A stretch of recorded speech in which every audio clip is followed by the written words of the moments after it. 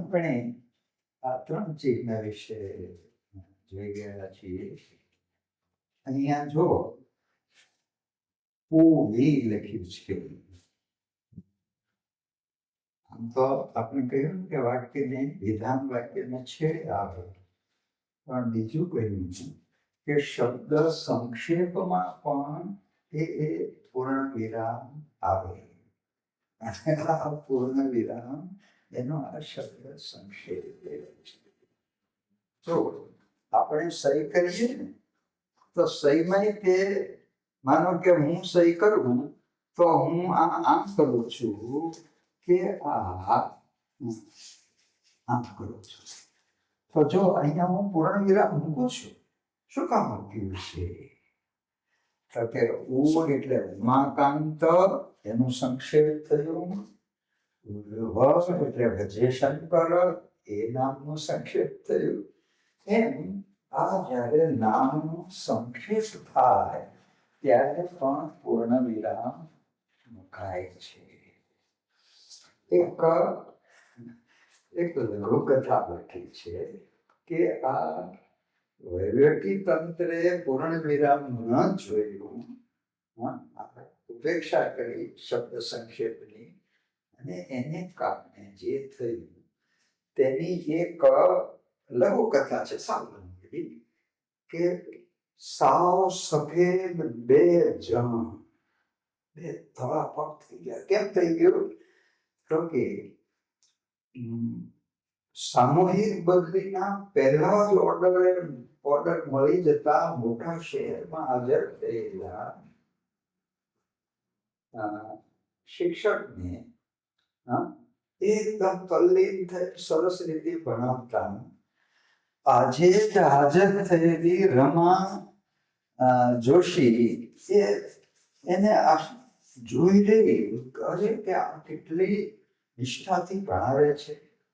અને નીકળતા એને કીધું કે સાહેબ તમે કેટલા તલ્લીન સરસ ભણાવો છો. ત્યારે શિક્ષકે કહ્યું કે હા બેન, એ નિષ્ઠા મારી મૂડી છે કે, અને એટલે 28 વર્ષ દૂરના ગામડામાં નોકરી કર્યા પછી આ પહેલી જ અરજી મને શહેર પડી ગયું બેન, પણ તમને કઈ વિશેષતા હતી? ત્યારે આ રમાને ખાસ બદલી ઓર્ડરથી આજે જ હાજર થયેલી. એટલે એને તરત કીધું એમ તો કે તમે જ તે રવિશંકર માધવજી જોશી, રવિશંકર માધવજી જોશી. તો કે હા બેન, તમે કેવી રીતે ઓળખો? હું જ રવિશંકર કે નહીં, પણ તમે અરજી ત્યાં રમા જોશીને નામે કરેલી? તો કે હા કે રમા જોશી પૂર્ણ વિરામ સાથે કરેલી કે. ત્યારે ઓલી બેન કહે છે કે હવે મને સમજાઈ ગયું કે એ વખતે મારો બદલી ઓર્ડર કેમ લઈ ગયો, અને તમને જે બદલી મળ્યા કારણ ત્યારે મળવાનું કારણ તે હવે મને સમજાય છે.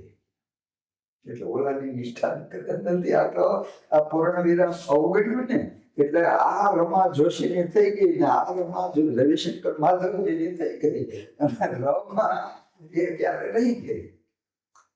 અને આનાથી એને આખી જિંદગીની જ્યારે કમાણી હતી ને નિષ્ઠાની, ત્યારે લાગ્યું કે ના આમ થઈ. એટલે શ્વેત શિખા, શ્વેત વસ્ત્ર અને સાવ સફેદ પીક થઈ ગયેલા જોઈ અને રમા, શ્વેતાંગી રમા, શ્વેતાંગી જો સાવ શીર્ષક છે સાવ સફેદ બે જણ, એને પસ્તાવો થયો કે કેમ થયું કે. પણ આ રમા જોશીના જે રવિશંકર માધવજીનું તંત્ર જે પૂર્ણ વિરામ જોયું નહીં ને, અને એને કારણે જે થયું એની અવસ્થિ બીજું એક જરા ઉદ્ગાર ચિહ્ન વિશે કહી ગયા આપણે કે જ્યારે કેવળ પ્રયોગી અવ્યય વાહ તો આ બધામાં આવે છળ ક્રોધમાં. તો એ જ રીતે એક જરા ઉદ્ગાર ચિહ્ન છે ને, એ જો આ સંબોધન હોય ને, સંબોધન એ ભાવાત્મક હોય, એકદમ ભાવ સાથે જો સંબોધન થતું હોય ને તો પણ આ વગર ચિહ્ન આવે. દાખલા તરીકે વિખૂટું પડેલું બાળક હોય, અને વિખૂટું પડેલું બાળક માને મળી જાય તો એ માં તું ક્યાં ગઈ હતી એમ કહેશે? માં એમ કહેશે? માં જો એ ભાવ સાથે કહેશે, માં તું ક્યાં ગઈ હતી? તો આ માં સંબોધન. રામ જયારે ભરતને મળ્યા છે ને તો ભરત તું, તો એમને કીધું હોય કે ભરત તું રાજ સ્વીકારી લે.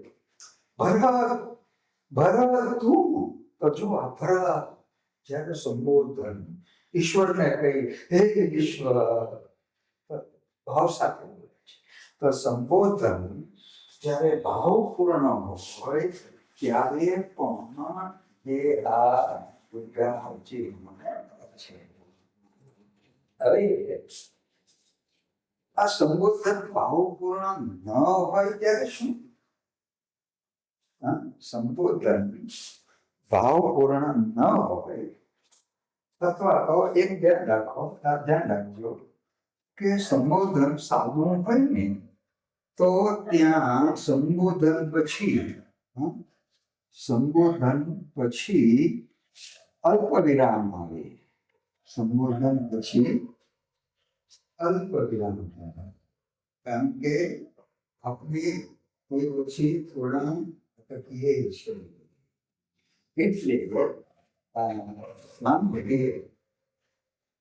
ભરત પાણી લા, તો જો આપણે ભરત સંબોધન છે ને તે પછી થોડુંક આપણે અટકીએ છીએ કે ભાઈ તું જરા જલ્દી જા. તો જો અટકીએ છીએ, ભાઈ તું જરા જલ્દી જા. પણ જો આપણે જો પેલું કરીએ સંબોધન છે તે પછી જો નહીં અટકવી તો અથવા તો ખોટી જગ્યાએ અલ્પ વિરામ કરીશું તો પણ એક શાળામાં એક સૂત્ર લખ્યું હતું, અને આપણા તાલુકા કક્ષાની મોટી શાળા હતી, અને એમાં આમ લખ્યું હતું કે દીકરી ભણશે પછી અજ્ઞાન અંધારા નાશશે. હવે જો ક્યાં જરા અટક્યા? વાક્યમાં જ્યાં થોડું અલ્પ અટકવાનું હોય ત્યાં અલ્પ વિરામ આવે. એટલે ખરેખર અહીંયા અટકાય છે. જો થોડું ક્યાં અટકીએ તો કે દીકરી ભણશે અજ્ઞાન અંધારા નાશશે. એને બદલે આ જે અલ્પ વિરામ અહીંયા કરવાને બદલે એને અલ્પ વિરામ અહીંયા કર્યું. જો તો શું થયું? તો કે દીકરી ભણશે અજ્ઞાન અંધારા નાશશે. તો જો આખો અર્થ બની ગયો કે અજ્ઞાન, દીકરી ભણશે અજ્ઞાન. તો આ જે અહીંયા હોવું જોઈએ, એટલે આ અલ્પ વિરામ છે એ ક્યાં મુકાય એ ખાસ તે આપણે જવું જોઈએ. જો એક જેના જરૂર ન હોય ને ત્યાં પાછું ન મુકાય. માનો કે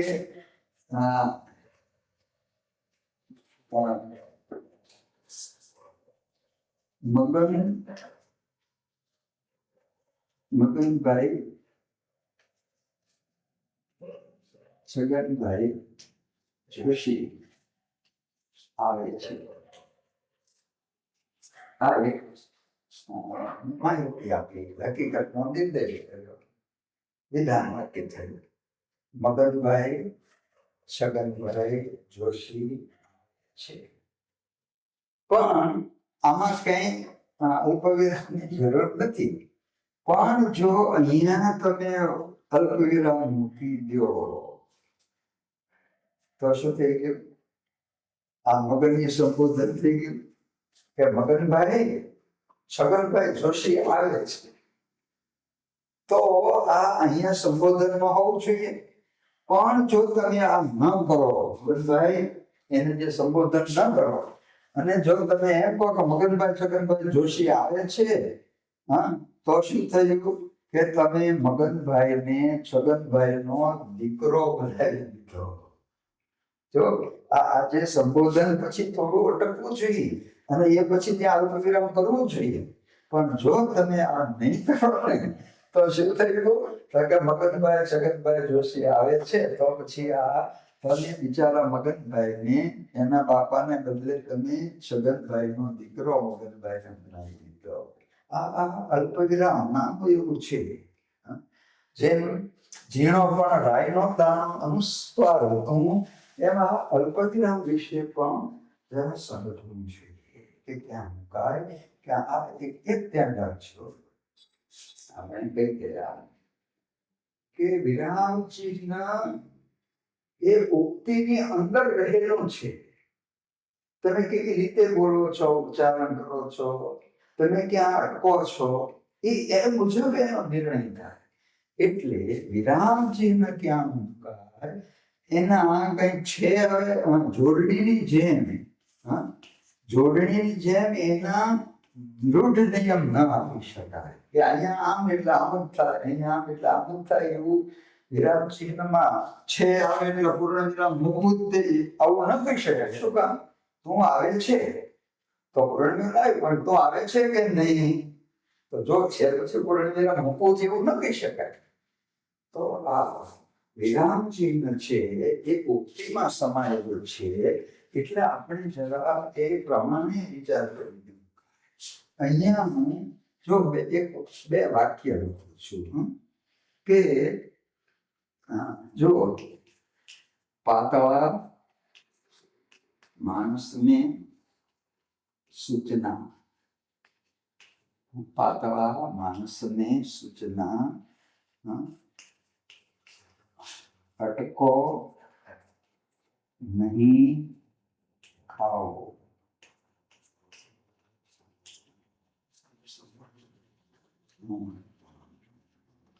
જાડા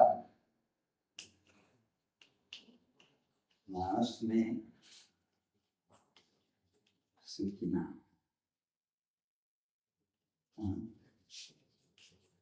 અટકો નહીં ખાઓ.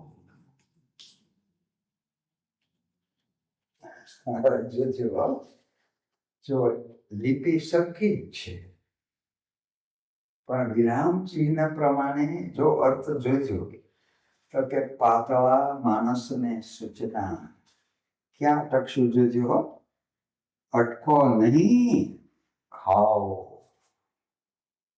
અટકો નહીં, શું કામ? એ પાતળા છે.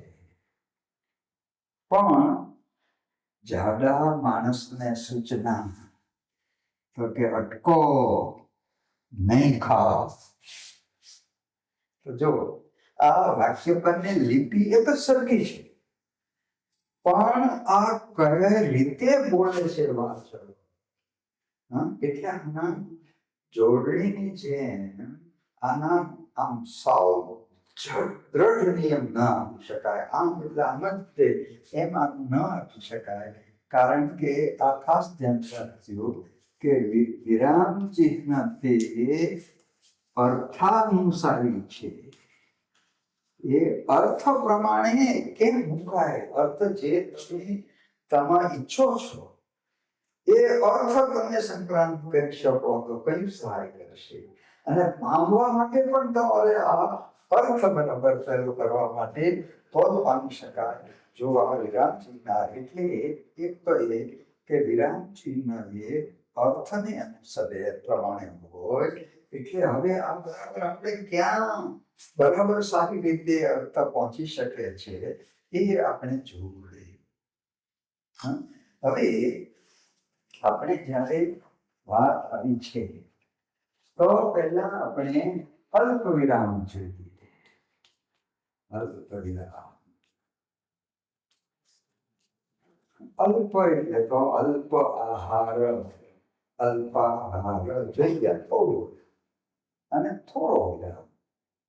પૂર્ણ વિરામમાં શબ્દ લગે છે કે જરા આખું વાક્ય પૂરું થાય એટલે થોડું વધુ ટકીએ છીએ, એક વાક્ય પૂરું કરીએ છીએ એટલે પૂર્ણ વિરામ. પણ આ કોઈ બી છેડે નહીં આવે. આ શું કહે છે? એ વચ્ચે આવશે. અને એ શું સૂચવે છે? તો કે વિભાજન સૂચવે છે કે તમારે વાક્યમાં વચ્ચે થોડું થોડું અલગ, થોડું થોડું ક્યાં અટકવાનું છે. આ વસ્તુ કહે છે. આપણે આ જોઈ ગયા કે સંબોધન સાદું તો એ કયું આવશે? તો કે અલ્પવિરામ આવશે. આ એક જોયું. હવે જો રમેશ ધ્યાનથી ભણજે. બરાબર. હવે કેટલીક વાર આ જે રમેશ છે ને સંબોધન છેલ્લે રાખે છે કેટલીક જગ્યાએ. તો શું કરવું? વાક્ય તો કેમ પૂરું થાય છે? જો તો કે છેલ્લે જ્યારે આવે તો માનું કે ધ્યાનથી ભણજે રમેશ. તો અહીંયા તો અપૂર્ણ વિરામ આવ્યું છે, પણ તો અને સંબોધનમાં તો અલ્પ વિરામ આવે. પણ એક ધ્યાન રાખો કે અલ્પ વિરામ જો આપણે વાક્યમાં હવે ક્યાં અટકશું? આપણે ત્યાં રમેશને તો વાક્ય પૂરું થઈ ગયું, તો અહીંયા પૂર્ણ વિરામ આવશે. પણ અહીંયા આપણે થોડું અટકીશું કે ધ્યાનથી ભણજે રમેશ. તો જો આપણે ક્યાં આ જ્યારે સંબોધન જો છેલ્લું હોય, જેને સંબોધવાનું છે એ જો છેલ્લે હોય તો એની પહેલા જ્યાં વાક્ય પૂરું થતું હોય ત્યાં અલ્પ વિરામ આવશે અને સંબોધનનું છેલ્લું જે હોય ત્યાં પૂર્ણ વિરામ આવશે. બીજું કે જ્યારે ઘણા નામ, ક્રિયાપદો આ બધું જ્યારે સાથે સાથે ગણતરી ત્યાં ઘણું બધું સમાવવાનું હોય, તો અને પહેલાના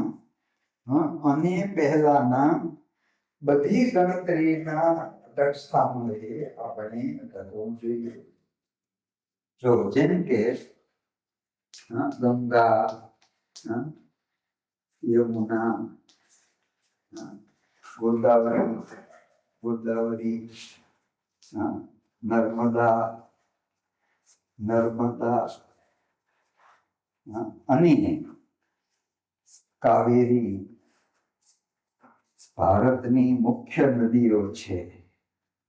તો જો અને પહેલાના બધા સ્થાને આપણે અટકીએ છીએ કે ગંગા, યમુના, ગોદાવરી, નર્મદા અને કાવેરી. તો જો અને પહેલાના જ્યાં જ્યાં ગણતરીના અટક સ્થાનો છે, રામ, લક્ષ્મણ, ભરત અને શત્રુઘ્ન 4 ભાઈઓ હતા. તો જો અને પહેલા ગણતરીમાં જેટલા પદો આવે ત્યાં બધે આવે. એક બીજું કે માનો કે અને નથી, તો શું કરવું? તો કે જો બધી રીતે આવશે, ગંગા, યમુના, ગોદાવરી, કાવેરી, બરાબર, નર્મદા, પછી જો અહીંયા કાવેરી, તો વગેરે ભારતની મુખ્ય નદીઓ છે.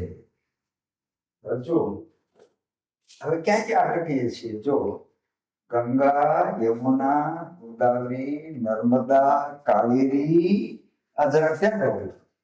વગેરે ભારતની મુખ્ય નદીઓ છે. તો અહીંયા અને પહેલાના સ્થાને હતું, પણ વગેરે પછી તરત તે આવે છે. એટલે આ એકંદર યાદ, એટલે આ ક્યાં કહેવું આવે? બે વાક્યને પણ જ્યારે અને જોડે.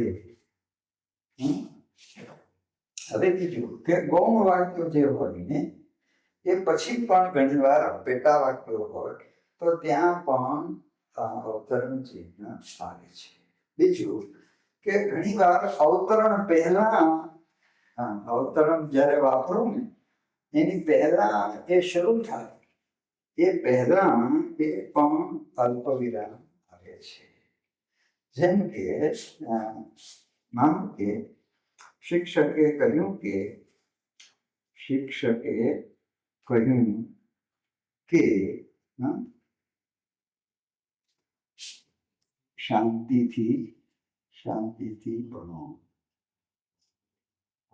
શાંતિથી ભણો.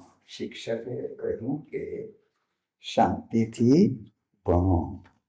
તો જો કહ્યું કે પછી અવતરણ શરૂ થયું અને આમ અવતરણ જે શરૂ કરો એ પહેલા પણ એ આ પહેલો આવે છે. હવે એક શિક્ષકને પેપર જોવા છે પણ બાળકો ઘણા બધાને અવાજ કરે એટલે આ શિક્ષકને એકદમ ઉભા થયા, ખુરશી ટેબલ હતું અને એકદમ ઉભા થયા એટલે આખો વર્ગનો સન્નાટો છવાઈ હમણાં કહેશે જશે. પણ શિક્ષકે બીજું કાંઈ ન કર્યું, એમણે લખ્યું કે શાંતિથી ભણો. જો એ જે અક્ષર હતા ને પછી આમ એને લખ્યું છે શાંતિથી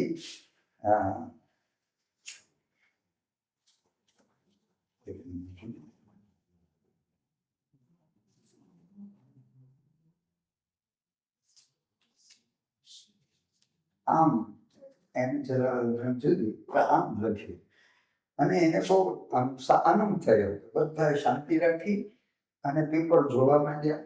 પણ પેપર જોઈ પૂરું થયું એટલે પછી જોયું તો એક પણ છોકરો નહીં.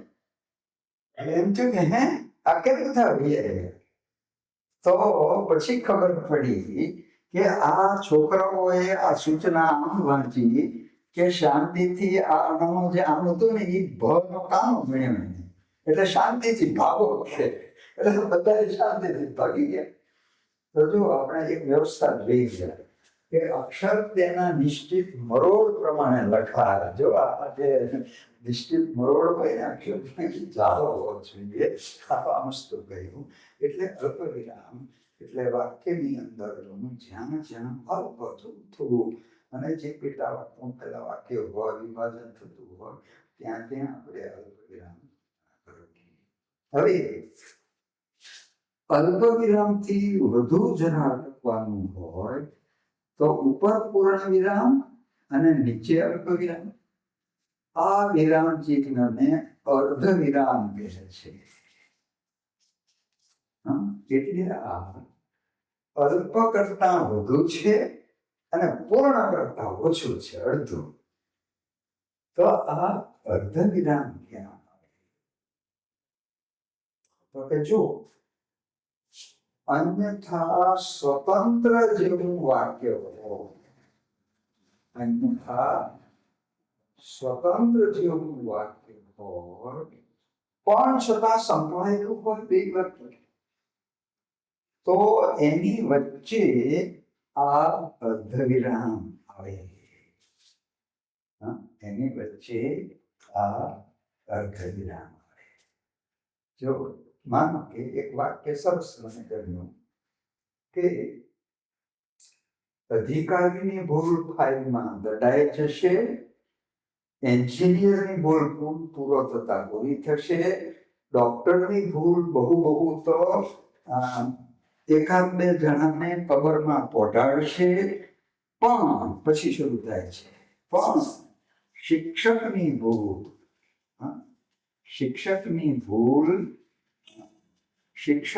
ભૂલ આખા રાષ્ટ્રના પાયા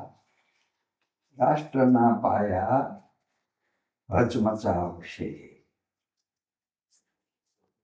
જો આ બાકીના વાક્ય છે ને સ્વતંત્ર વાક્ય જણા જ છે.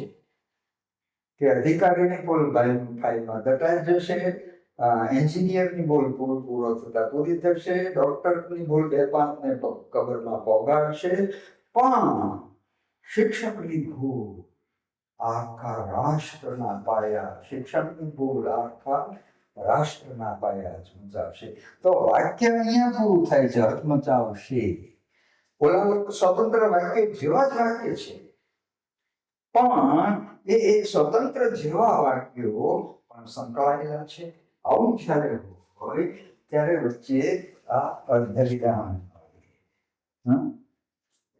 આત્માને અગ્નિ બાળી શકતો નથી, પવન ભીંજવી શકતો નથી, આત્મા અમારો છે તો આમ કરી શકતો નથી. જો સ્વતંત્ર વાક્ય પણ જ્યારે સંકળાયેલું હોય, એક ઘણી વાર ધ્યાન રાખો કે ઉભયાન્વયી અવ્યય ન વપરાયો હોય. માનો કે એક લખું છું કે મતપત્ર ફાટી ગયું, રદ કર્યું. તો જો બે વાક્ય છે, મતપત્ર ફાટી ગયું, રદ કર્યું. પણ અહીંયા જો ધ્યાન રાખો કે મતપત્ર ફાટી ગયું તેથી રદ કરવામાં આવ્યું, તો વચ્ચે કોઈ ચિહ્ન ના આવે. પણ અહીંયા જો એક વાક્ય અડધું પૂરું થયું કે મતપત્ર ફાટી ગયું, રદ કર્યું. તો જો આ ખ્યાલ આવ્યો કે ક્યાં જ્યારે વચ્ચે ઉભયાન્વયી અવ્યય કોઈ ન હોય અથવા તો સંકલન ન હોય, તો આ સ્વતંત્ર રૂપ વાક્ય ક્રિયાપદો છે જો તો વચ્ચે અર્ધવિરામ આવે છે. હવે અર્ધવિરામ લઈએ.